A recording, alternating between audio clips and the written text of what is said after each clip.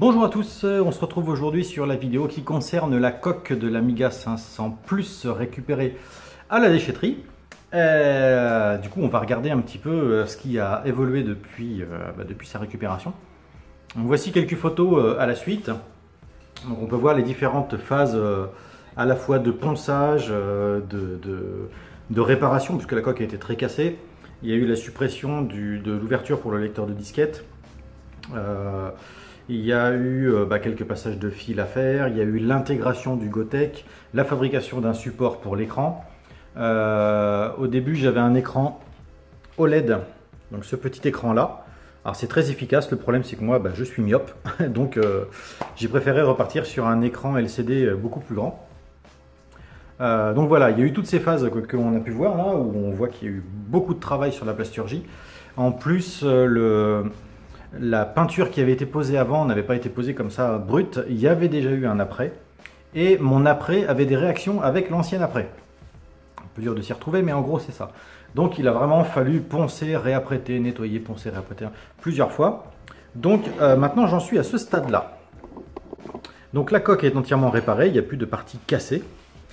Elle est entièrement apprêtée, donc les défauts que j'avais, j'ai réussi à les rattraper.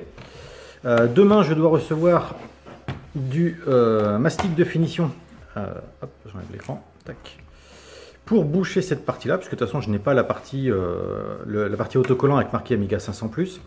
Il y a les petits trous à boucher ici, donc il va falloir d'abord faire un gros ponçage et ensuite reboucher. Et le logo Amiga est tellement abîmé que lui c'est pareil, je vais le reboucher. Et l'écran LCD lui sera positionné dessus. Donc il me reste des autocollants Amiga, ils iront très bien avec. Pour ce qui est de la couleur, j'ai donc choisi un noir mat. Donc, vous voyez, ce sera le même noir que celui-ci. Donc là, il y a encore du mastic à faire, il y a des trous à boucher. Mais voilà, ce sera un noir mat. On peut voir sur la photo là que j'ai déjà fait un essai, voir ce que ça donnait.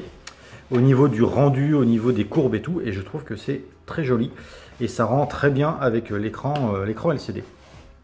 Voilà, c'est la première vidéo sur la remise en état du 500 Plus.